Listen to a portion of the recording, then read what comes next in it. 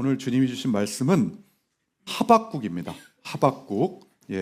나라 이름 아니고요. 그다음에 초신자분에게 어떤 하박국이라 이게 무슨 국 이렇게 쓰던데 국 이름도 아닙니다. 구약 시대 선지자 이름입니다. 구약 시대니까 구약 열시대 나와야 되겠죠. 창조 노출 가사왕국 포기 열시대 아직 못 외우신 분들 꼭 외우세요. 그래야 성경이 잘 들립니다. 자, 그 중에 하박국 어디 있습니까? 자, 여기 있습니다. 하박국 국가 분열 시대 이쪽에 있죠. 국가가 분열됐어요. 어떻게 해요? 이스라엘이었던 한 나라가 북이스라엘과 남유다로 이렇게 나눠져 있습니다. 그렇게 나눠져서 분열이 된 다음에 그 다음에 어떤 일이 일어납니까? 여기 보면 포로 시대라고 돼 있죠. 바벨론이 침공을 해와서 이들이 다 포로가 됩니다. 그 바로 직전입니다. 그래서 오늘 이 하박국이라는 성경은 이 시대적 배경을 좀 알아야 이해가 되는 성경이에요. 그래서 이 시대가 기원전 약 605년 정도가 되는데 이 남유다가 바벨론에게 멸망하기 바로 직전입니다. 그런데 이 하박국이 살던 이 시대는 나라 안에서부터 엉망진창이었어요. 어떤 엉망이었냐면 하나님 나라 백성이라고 하면서 하나님을 다 떠나서 사는 거예요. 다 정의가 무너지고 악인이 판을 치고, 이 내부적으로도 이렇게 엉망이었는데 더 센 건 외부였습니다. 외부. 뭐예요? 곧 바벨론이 쳐들어와서 나라가 망하게 생긴 거예요. 그러니까 완전 총체적 난국이죠. 그때 선지자였던 하박국이 하나님한테 따지듯이 질문을 합니다. 어떻게 질문합니까? 하나님, 도대체 왜 이러시는 겁니까? 도대체 도무지 이해가 할 수 없습니다. 왜요? 아니, 악이 저렇게 판을 치고 막 활개를 치고 있는데 왜 침묵하시는 겁니까? 자, 이렇게 하나님께 막 하소연하는 하박국에게 하나님은 말씀으로 깨닫게 해주십니다. 어떻게 해요?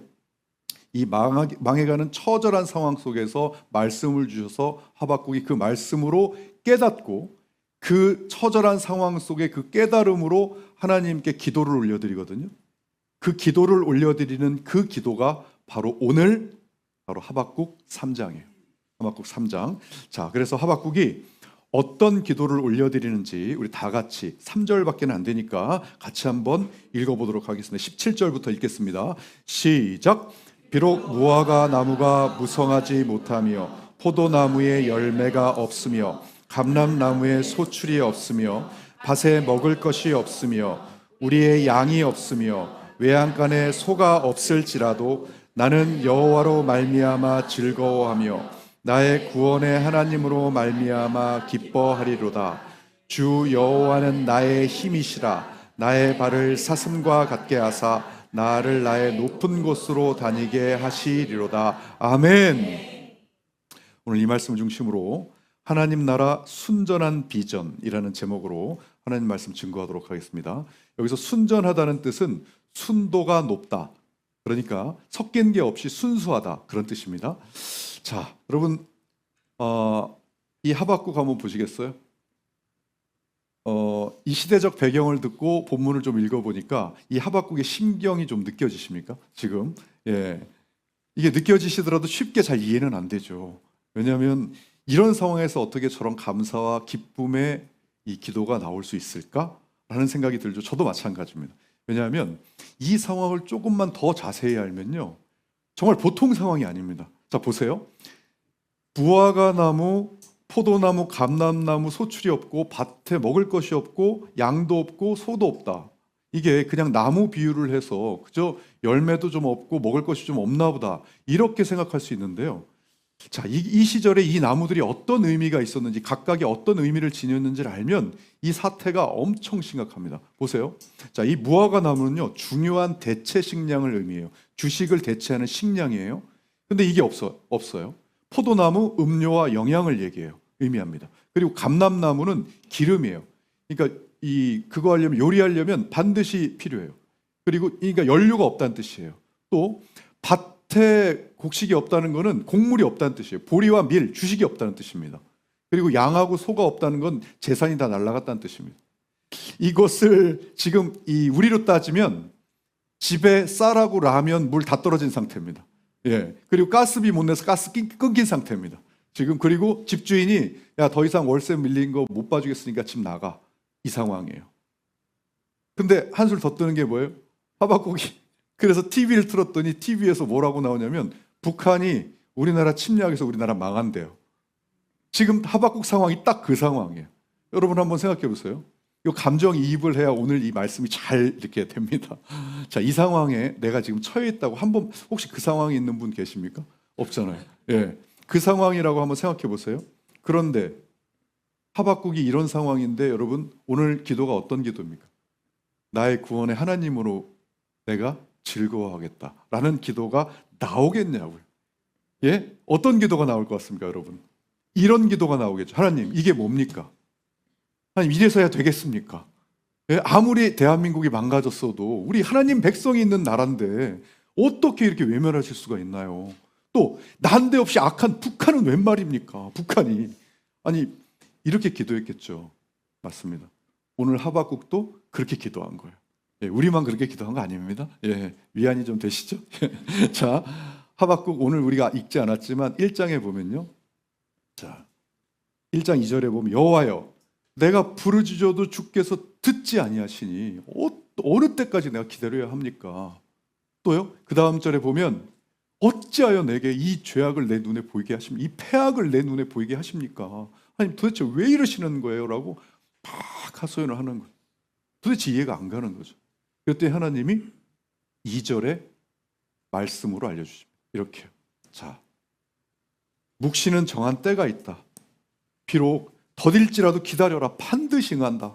하박국아, 지금은 네가 정의가 지는 것처럼 보이지? 아니야, 다 때가 있어.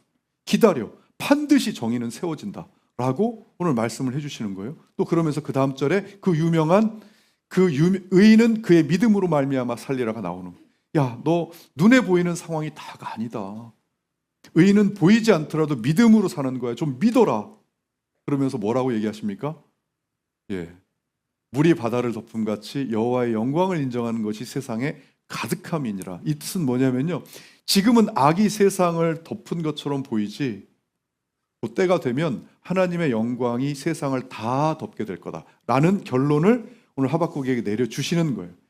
자, 하박국이 뭐 어떻게 했습니까? 깨달았죠. 뭘로요? 하나님 말씀으로 깨달았어요. 딱 이렇게 말씀해 준 걸로 깨달은 거 보니까 이 하박국도 E2B 묵상하고 1시간 기도한 것 같아요. 네. 그렇게 하면 깨달을 줄 믿습니다. 네. 안 하면요, 우리가 돌봐줘야 됩니다. 자, 사랑해주고 기도해줘야 됩니다. 하박국이 깨닫고 나서 한 기도가 오늘 이 기도인 거예요. 자, 뭐죠? 나는 여호와로 말미암아 즐거워하며 나의 구원의 하나님으로 말미암아 기뻐하리로다. 아멘. 자, 이 기도인 겁니다. 자, 오늘 이 기도가 핵심 구절이자 하나님 나라의 순전한 비전으로 제시한 말씀인데요. 자, 이 구절을 신학자들도 해석이 엇갈려요. 이 구절도 차이가 있어요. 바로 이겁니다. 뭐냐면 하박국의 이 고백을 어떠한 관점에서 이해해야 되겠냐 이거예요. 진짜 하박국이 감정이 진짜 바뀌었냐 이거예요. 이 악한 상황에서도 이런 서로 간의 차이가 있어요. 해석의 차이가. 그래서 첫 번째 해석이 이렇게 나옵니다. 자, 첫 번째 해석, 실제 감정의 변화가 맞다. 이렇게 해석하는, 자, 1장에서 하나님과 씨름하더니 2장에서 하나님이 말씀으로 알려주셨고, 그래서 그 말씀을 듣고 나서 실제 감정이 고통과 두려움에서 기쁨으로 바뀌었다. 이렇게 해석하는 것이 첫 번째 해석이에요. 여러분 어떻습니까? 이 해석에 공감이 좀 되십니까? 예, 맞습니다. 공감 안 되시죠? 예, 비현실적이라서 공감이 안 되시죠? 맞습니다. 이 해석은 주류에서 밀려납니다. 왜요? 왜 밀려날 것 같습니다? 우리 느낌처럼 그런 게 아니고요. 사실 다 근거가 있습니다. 뭐냐면 우리가 오늘 말씀 17절부터 했잖아요. 17절부터 19절. 그런데 바로 16절 말씀이 이거예요. 자, 16절 말씀이 내가 들었으므로 내 창자가 흔들렸고 내 입술이 떨렸고 환난 날을 내가 이 썩이는 것이 내 뼈에 왔으며 내 몸은 처소에서 떨린다. 뭐예요? 실제로 하박국이 이런 고통의 감정을 가지고 있는 거예요. 두려움이 뼈에 박힐 정도로 지금 떨고 있는 상황인 거예요. 그래서 실제로 감정이 바뀌었다라고 하는 해석은 신뢰성 있는 해석으로 여겨지지 않습니다. 자, 그러면 두 번째 해석이 바로 이겁니다. 바로 이 하박국의 이 기도는 신앙적 결단의 선언이다. 이게 두 번째 해석이에요. 한마디로 이 감정의 변화가 있어서 고백한 것이 아니라 고통과 두려움 속에 있으면서도 나는 하나님을 붙잡겠다라고 결단하고 선포한 것이다. 이겁니다. 자, 이 해석은 좀 어떻습니까? 좀 이해가 되십니까? 예, 맞습니다. 이 해석이 주류의 해석입니다. 이게요. 자, 여기서 기뻐하리로다 라고 하는 이 히브리어가 아길라라는 단어가 쓰였어요. 아길라. 이것은 의지적 결단형. 그러니까 내가 기뻐하기로 결단을 내렸다라고 하는 그런 의미가 됩니다. 그래서 이 하박국의 기도는 감정의 표현이 아니라 뭐예요? 신앙의 결단 선포로 해석이 되는 겁니다. 그러니까 두려움이 사라졌기 때문에 하나님을 붙잡은 것이 아니라 두려움 속에서도 하나님을 붙잡기로 선택을 한 겁니다. 자, 그것을 정리하자면 하박국은 상황을 부정하지 않았어요. 그리고 그는 고통과 두려움도 인정합니다. 지금 느끼고 있어요. 그러나 그 위에서 하나님을 선택했어요. 자, 이것이 바로 오늘 하나님이 우리에게 말씀으로 알려주시는 하나님 나라의 순전한 비전입니다. 이게 왜 비전인지는요, 뒤에서 우리가 알아보기로 하고요. 자, 그 전에 먼저 우리가 지난주에까지 하나님 나라 이야기했었죠. 하나님 나라가 뭐라고 했습니까? 하나님 나라. 바실레이아를 떠올리면 된다고 했죠. 바실레이아가 뭐죠? 하나님의 통치. 하나님의 뭐예요? 통치가 이루어지는 상태. 이게 바로 하나님의 나라인 거죠. 그래서 지난 시간에 하나님의 나라는 진정한 믿음을 가질 때 우리 안에 임한다는 것. 그래서 하나님 나라의 현재성과 미래성에 대해서 또 처음 듣는 얘기처럼 이렇게 또 듣고 계십니다. 자, 우리 하나님의 나라 현재성과 미래성에 대해서 우리 했습니다. 그 실체를 알아봤습니다. 자, 그렇다면 오늘 제목이 하나님 나라의 순전한 비전인데요. 하나님 나라의 비전을 알아보기 전에 먼저 비전이라는 것을 꼭 가지고 살아야 되는가, 이것부터 알아보겠습니다. 그러니까 여러분, 왜 비전을 우리가 가져야 하는가? 비전을 여러분 꼭 가져야 합니까? 우리 비전 가져야 되나요? 이 비전이라고 하는 것이 미래에 대한 그림이거든요. 그러니까 미래에 대한 목표와 사명, 미래에 대한 그림, 이것을 가지고 살아야 하는가? 여러분들은 비전 가지고 계십니까? 자, 내가 비전을 갖고 있는지 아닌지를 알아보는 방법을 알려드릴게요. 누군가가 나에게 당신의 비전이 뭡니까? 이렇게 물어봤을 때 내 안에서 3초 안에 대답할 수 있으면 내 안에 비전이 살아있는 상태입니다. 자, 아니면요, 3초 안에 생각이 안 나요. 그러면 비전이 없거나 예전에 비전이 있었는데 지금 살아있지 않은 상태일 가능성이 높습니다. 제가 설명하면서 시간을 좀 드렸으니까, 자, 스스로에게 물어봅니다. 나의 비전은 무엇입니까? 1초, 2초, 3초, 땡! 자, 이 3초 안에 내가 설명을 시작했으면 비전이 살아있을 가능성이 높습니다. 그런데 시작을 못했어요. 내 비전이 뭐였지? 이러면 내 안에 지금 살아있지 않을 가능성이 높습니다. 왜요? 내 안에 지금 펄떡이면서 살아있는 것은 3초도 깁니다. 1초면 나옵니다. 여러분들 이름 뭐예요? 1초면 나옵니다. 자, 사실 이 비전은 없는 것보다 있는 게 좋다라고 하는 것은 누구나 다 알아요. 그러니까 목표를 가지고 살아야 된다는 건 다 알아요. 그런데 이 비전의 있고 없고가 얼마나 큰 차이를 내는지를 잘 모르는 것 같습니다. 그래서 비전이 없는 채로 살아가는 사람이 너무나 많아요. 비전이 없으면, 비전을 안 가지고 살면 어떻게 되는지, 자, 여러분들도 아시겠지만 여러분들의 자녀 꼭 알려주셔야 됩니다. 이 비전을 가지고 살지 않으면 어떻게 되는지를요. 자, 한번 알아보겠습니다. 가장 먼저 비전이 없다는 것은 내가 어디로 가는지를 모르고 있다는 뜻이거든요. 내가 어디로 가야 할지도 모르고 있다는 뜻입니다. 그렇다는 건 뭐예요? 방향성이 없다는 거예요. 삶의 방향성이 없을 때 나타나는 증상이 뭡니까? 제일 먼저 어떤 증상이 나타나죠? 여러분, 오늘 예배가 딱 끝나고 이 교회 문을 딱 나서면 여러분 가실 때 있죠. 가실 때 정해져 있죠. 그러니까 내가 거기를 향해 나아갑니다. 그런데 만약에 여러분 가실 데가 없다고 한번 생각해 보세요. 나 어디 가야지? 그럼 문 열고 어떻게 하시겠어요? 걸음이 힘찬 걸음이 아니라 너털 걸음이 됩니다. 갑자기. 어디 갈지를 모르니까요. 뭐예요? 에너지가 약해져요. 일단 목표가 없으면, 내가 나아갈 방향이 없으면 에너지가 떨어지고 열정이 약해져요. 자, 열정이 약해지면 자연스럽게 어떻게 됩니까? 움직임이 적어지죠. 움직임이 적어지면, 여러분, 움직임이라는 것은 움직임 때문에 뭐가 생겨요? 생산성이 생기면서 성장을 주거든요. 그러니까 내가 움직임이 적어진다는 뜻은 움직임이 소극적이 되고 적어지면서 뭘 돼요? 성장이 멈추게 돼요. 성장이 멈추게 되면, 성장이 멈추는 걸 정체라고 하거든요. 정체가 되면 어떻게 될 것 같습니까, 여러분? 고인물은 어떻게 돼요? 썩죠. 바로 정체는 뭘 불러오냐면 퇴보를 불러와요. 앞으로 가는 게 아니라 뒤로 갑니다. 자, 퇴보가 되면 어떻게 돼요? 나아져야 되는데 점점 뒤로 간다는 생각이 드는 순간 뭐가 무너져요? 자신감이 무너져요. 자신감이 무너지면, 내가 무너진 자신감을 가지고 살다 보니까 내가 삶을 이끄는 것이 아니라 어떻게 돼요? 삶에 끌려다니게 됩니다. 끌려가는 삶을 불러요. 무너진 자신감은요? 그러면요, 끌려가는 자신감은 어떻게 돼요? 시간에 끌려가고 돈에 끌려가고 사람에 끌려가고 상황에 끌려다니다 보니까 결국 삶이 어떤 수준으로 돼요? 바로 생존 수준의 삶으로 떨어져요.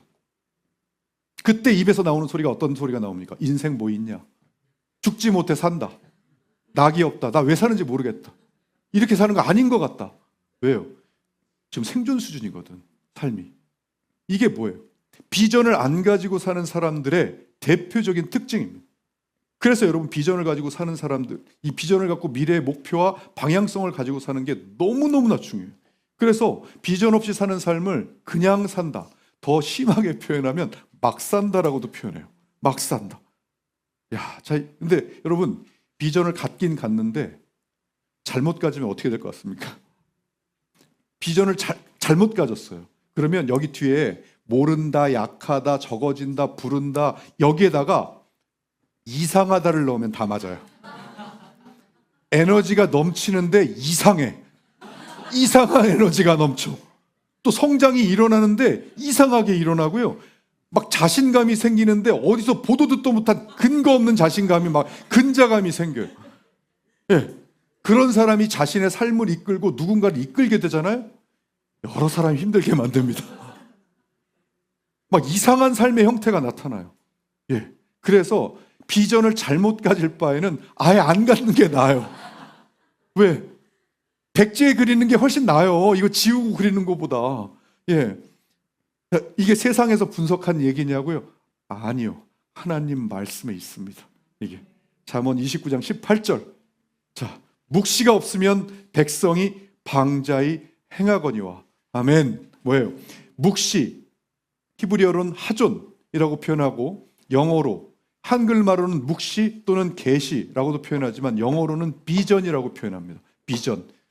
자, 비전이 없으면 뭐예요? 방자히 행하다. 이것이 히브리어로 파라라고 하는데, 이 방자는 그냥 여러분 약간 좀 이렇게 경망스럽게 행하다 정도가 아니에요. 이 방자히 행하다는 짐승이 우리 안에서 풀어놓으면 막 제멋대로 날뛰죠. 그 상황을 이야기하는 거. 이 방자히 행하다는 어떨 때 쓰였냐면 금송아지 사건 때 쓰였어요. 여러분, 금송아지 때 어떻게 됐습니까? 10계명 돌판 깨버렸죠. 그러니까 이 방자히 행하다는 이 뜻은 10계명 돌판을 깨버릴 정도로 엄청난 행동이란 뜻이에요. 뭐가 없으면? 비전이 없으면. 비전이 없으면 이렇게 살아갈 수밖에 없다고 하나님이 가르쳐 준 거예요. 자, 그러면 우리는 반드시 우리가 비전을 가지고 살아야 되는 것도 알았고, 비전을 잘못 가졌을 때는 안 가진 것보다 더 심각하다는 것도 알았어요. 그러면 우리는 어떤 비전을 가져야 됩니까? 답은 이미 나와 있습니다. 뭐예요? 하나님 나라 비전을 가져야 하는 겁니다. 아멘. 근데 여러분, 이 비전이라는 것이 특징이 있어요. 가지라고 해서 가져지는 게 아닙니다. 이 비전은요, 좋은 걸 느껴야 비전이 생기는 거예요. 그래서 이 하나님 나라의 비전이 생기려면 하나님 나라로 살면 뭐가 좋은지를 알아야 해요. 그것도 막연하게 아니라 정확하게 알아야 돼요. 너무 안타까운 게 막연하게들 알고 있는 것 같아서 막연할 때는 여러분 비전이 안 생겨요. 그러니까 하나님 나라가 얼마나 좋은지를 잘 모르니까 이 비전이 안 생기니까 하나님 나라의 신앙생활을 숙제처럼 하고 있어요. 숙제처럼. 자, 그래서 하나님 나라가 임하면 무엇이 좋은가? 여러분 무엇이 좋습니까? 하나님 나라가 임하면 여러분 이거에 대한 할 말이 많으면 많을수록 그분은 지금 하나님 나라 누리고 계신 분이에요. 제가 아는 분 중에서도 하나님 나라 이야기만 나오면 사람이 180도 바뀌는 사람이 있어요. 아주 신나서 막 그분이 오십니다. 막 떠드는데 난리가 나요. 네. 우리 이투비 처치 모든 분들이 그렇게 되길 소망합니다. 네. 자, 하나님이 이것을 알려주시기 위해서 하나님이 오늘 하박국의 말씀을 주신 거예요. 자, 보세요. 우리는 이 기뻐하겠다, 하나님으로 기뻐하겠다고 결단한 이 상황이 어떤 상황인지를 알았습니다. 내부적인 모든 환경이 다 망가져버린 최악의 상황, 외부적인 상황도 뼈가 썩을 정도로 두려움이 느껴지는 최악의 상황, 그 상황에서도 내가 하나님을 붙들 수 있어서 기쁘다라고 외칠 수 있는 이 담대함이 도대체 어디서 오는 거예요? 어디서 오겠냐는 거예요. 뭐 어디서 오겠습니까? 하박국이 하나님의 사람이기 때문에, 하나님의 통치를 받는 사람이기 때문에, 하나님의 나라를 사는 사람이기 때문에 이럴 수 있는 거 아니겠습니까? 이게 왜 비전이냐고요? 이게 왜 그렇게 좋은지를 지금부터 여러분하고 우리가 한번 알아보겠습니다. 자, 우리가 여러분 살면서 거부할 수 없는 불편한 진실이 하나 있어요. 이거는요. 이 불편한 진실이 뭐냐면 이겁니다. 자, 고통의 상황은 우리의 항상 곁에 있으며 이 상황은 현실에서는 완전히 사라질 수 없다. 이게 불편한 진실입니다. 여러분, 이 고통의 상황이 뭡니까? 고통의 상황 다양해요. 굉장히 다양한 고통의 상황이 있죠. 그런데 이것을 통합하는 용어가 있어요. 우리가 잘 알고 있는 용어, 영어입니다. 뭐죠? 스트레스 상황, 압박, 긴장, 부담. 원래 이 스트레스라고 하는 것은 라틴어에서 나온 건데요. 뭐예요? 내가 눌리는 상태를 얘기해요. 그래서 이 스트레스의 상황이라는 것은 내 힘으로 감당이 안 된다고 느끼면 느낄수록 내가 어떻게 되는 상태? 나의 존재 자체가 눌려지는 상태를 말해요. 이게 바로 스트레스예요. 그러니까 우리는 인생을 살면서 크고 작은 스트레스의 상황을 없앨 수 없이 같이 동반하고 살아야 된다는 것이 불편한 진실 중에 하나예요. 이게 누구나 다 알고 있어요. 그런데 이걸 누구나 다 알고는 있는데 문제는 이 스트레스를 너무 만만하게 보는 데 있습니다. 이것이 자신의 행복한 삶을 얼마나 깎아먹는지를 잘 몰라요.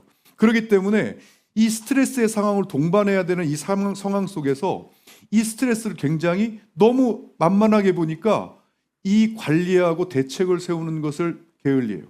여러분, 이것은요, 우리가 지난 시간에 여러 인생의 분야를 나눴죠. 그런데 그것을 4등분으로 한번 나누면 이런 인생이 있어요. 우리의 인생에는 정신 건강의 문제 파트, 그리고 신체 건강 파트, 그리고 삶의 의미와 만족감 파트, 그리고 관계와 사회적 기능 파트, 이 4가지 파트를 우리는 살아가요. 이 스트레스는 이 4가지 영역에 영향을 미치는데 그냥 미치는 게 아니라 지대한 영향을 미칩니다. 어느 정도 영향을 미치는지 하버드 의대를 비롯한 세계적인 연구기관에서 분석한 자료를 보여드리겠습니다. 자, 너무 많은데 제가 요약했어요. 조기 사망 위험률이 43% 증가합니다. 이 스트레스 때문에. 도대체 몇 년을 빨리 가는 겁니까? 이것 때문에. 네? 심장질환 사망률이 2배가 증가하고요. 뇌 손상. 우리 아이들 아이 키우는 어머니들 잘 들으셔야 됩니다. 스트레스 때문에 뇌 손상, 해마, 편도체, 전두엽 기능이 현저하게 저하돼요. 이게 머리 좋아지라고 다른 거 하면서 잔소리하고 스트레스 주지 마시라고요. 그러면 다른 거 아무리 해도 안 된다고요. 자, 면역력이 최대 40%가 감소가 되고요. 심장마비 위험이 27% 증가하고 우울증이 최대 6배가 증가합니다. 그래서 삶의 만족도가 최대 60%가 저하돼요. 이게 바로 스트레스 상황인데 이 스트레스 상황을 우리는 평생 가지고 가야 되고 매일같이 수도 없이 느낍니다. 매일같이 아주 작은 순간부터 큰 순간까지 계속해서 느끼는 게 이 스트레스 상황이에요. 단 한 번도 느끼지 않고 하루를 살 수가 없는 거죠. 그런데도 그것을 방치하고 있어요. 그러니까 세상 행복할 수 있습니까? 아니죠.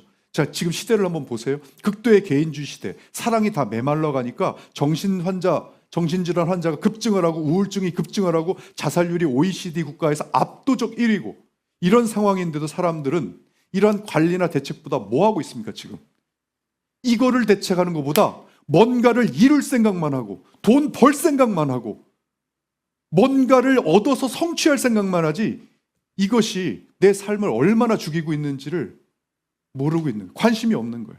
그러니까 성취해도 얻어도 생각만큼 기쁘거나 행복하지 않은 거예요. 이게 세계적인 조사의 자료만 있냐고요? 아니요. 하나님 말씀에는 더 강력하게 있습니다. 더. 자, 같이 읽겠습니다. 시작. 마음의 즐거움은 양약이라도 심령의 근심은 뼈를 마르게 하나니다. 아멘. 자, 히브리어로 마르게 한다, 야베시가 쓰였는데요. 이거는 여러분 뼈 말라 보셨습니까? 뼈? 못 마르는 거 말고요. 뼈. 이 뜻은요, 단지 약간 야윈 상태를 얘기하는 게 아니에요. 이 야베시는 완전히 말라버린 상태, 죽어가는 상태, 생명력을 잃은 상태를 말해요. 여러분, 이게 뭐가 없으면, 이 마음의 심령, 스트레스, 근심을 받으면 뼈가 말라버리게 된다는 거예요. 오늘 하박국 상태 보면 딱 그 상황이지 않겠습니까? 뼈가 마르는 상태 아니겠습니까? 그런데 하박국이 어떻게 합니까? 뼈가 말랐나요? 힘들어하나요?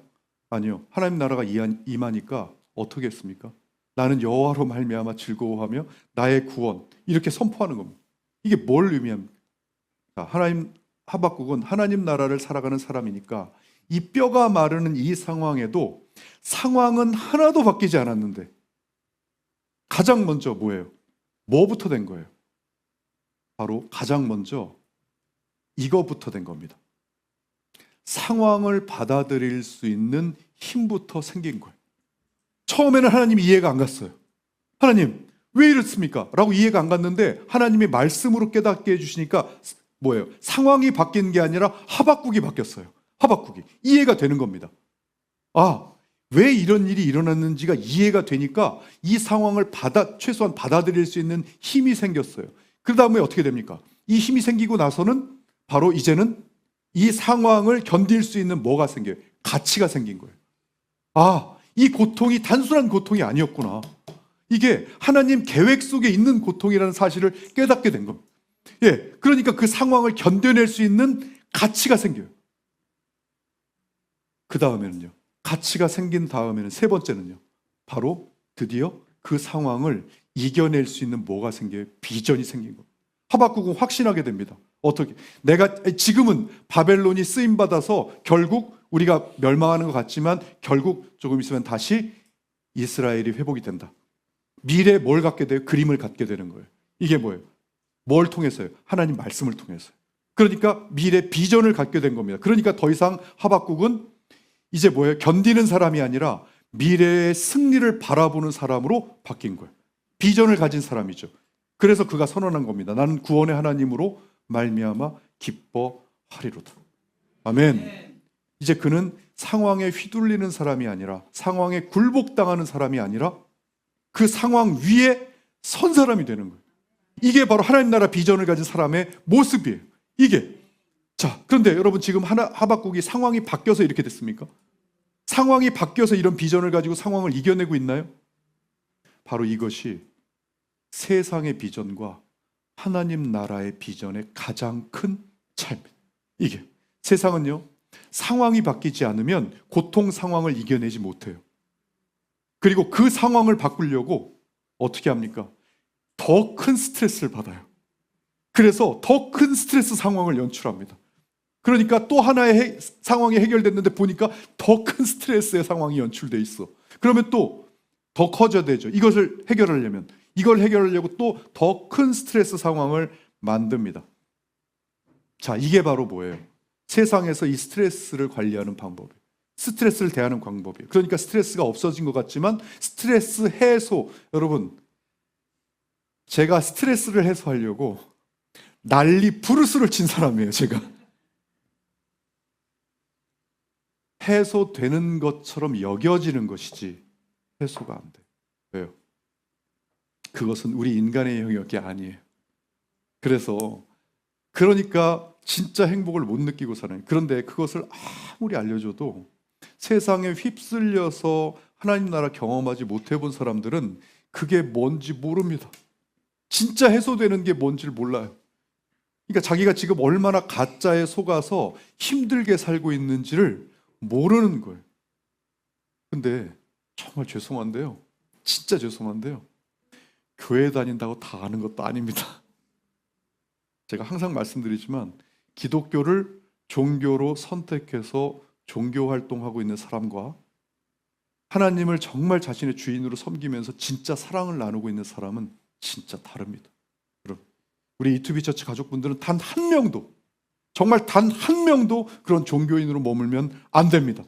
거듭된 신앙인으로, 거듭난 신앙인으로 하나님 나라를 살아야 할 줄로 믿습니다.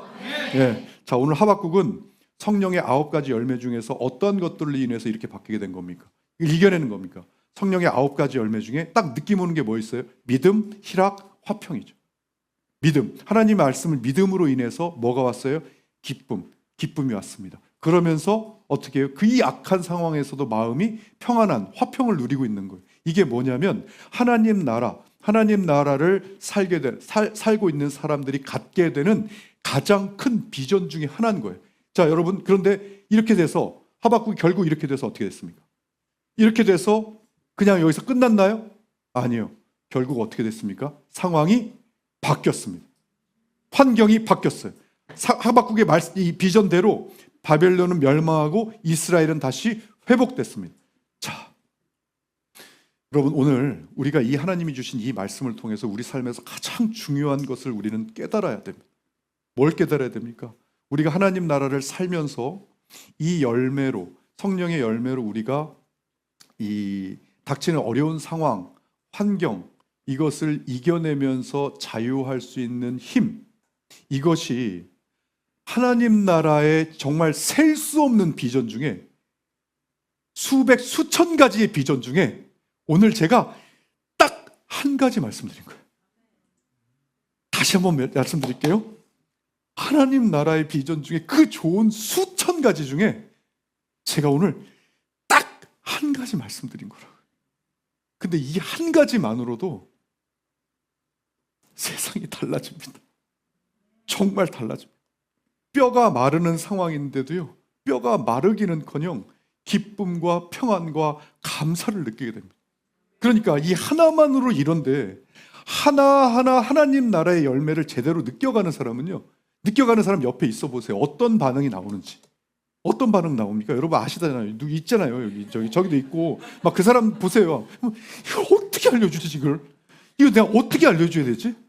이런 반응이 안 나오면 비정상이에요. 하나님 나라 살고 있는데 좋아 죽겠는데 이런 거하고 같아요. 같이 막 병들어서 죽어가고 있었어요. 너무너무 힘들어. 막 지옥이야. 근데 어디서 뭐 하나 주워 먹었는데 나았어. 여러분 어떻게 하시겠어요? 진짜 나았어. 그 아픈 고통이 나았어. 뭔지 주워 먹었는데. 근데 그걸 알아. 어떻게 하겠어요? 제발 좀 먹어. 제발 좀 먹으라고. 너 이거 먹으면 나아. 근데 안 먹는 애잖아. 얼마나 안타까워요. 얼마나. 특별한 사람들만 느끼는 거냐고요? 아니요. 놀 줄 모르고 세상 기쁨 모르는 사람들만 순진해서 느끼는 거냐고요? 여러분 항상 말씀드리지만 우리 크리스찬 바보 아닙니다. 아니에요. 바보 아니에요. 놀 줄 알고 다 할 줄 알고 더 좋아하는데 바보 아닙니다. 여러분 이게 바로 세상 비전과 또 다른 차이예요.